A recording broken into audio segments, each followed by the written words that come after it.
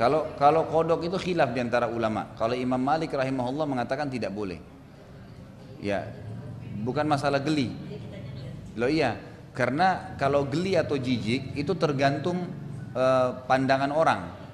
Ya kan? Seperti misalnya di beberapa wilayah kita di Indonesia ini bekicot itu kan halal orang makan karena dianggap biasa saja bagi dia.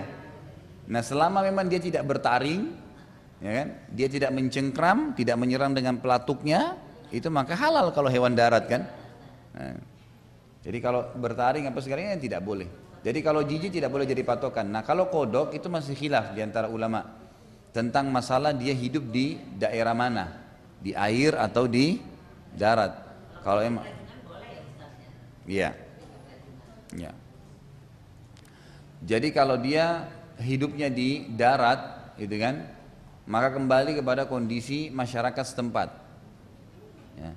Kalau Imam Malik rahimahullah memang mengatakan, Allah alam setahu saya begitu ya, pernah saya temukan pendapatnya, itu dikatakan kalau kodok masuk dalam hewan yang menjijikkan. Kalau orang menganggap itu menjijikkan satu kaum maka mereka tidak boleh makan, gitu kan? Sebentar, saya jelasin, takut saya lupa. Bentar. Jadi kalau dia hidup di air maka umumnya halal langsung spontan karena memang hewan air. Sekarang ini ada fatwa Lajnah Daimah, fatwa terakhir dari kerajaan Saudi, ulama-ulama di sana itu semua yang memang hidupnya di air halal, termasuk buaya. Ya, jadi ternyata fatwa terakhir itu mengatakan buaya itu halal. Karena buaya, sebentar.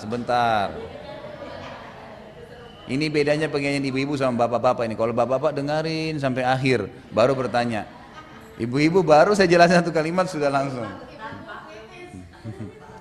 Itu bukan kritis, Bu. Tapi buru-buru. Kritis itu berarti ngambil dulu semua informasi, nah baru dikritik mana yang kira-kira butuh.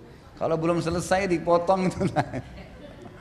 Baik, jadi fatwa terakhir itu karena dianggap setelah disurvei buaya ternyata memang di air terus.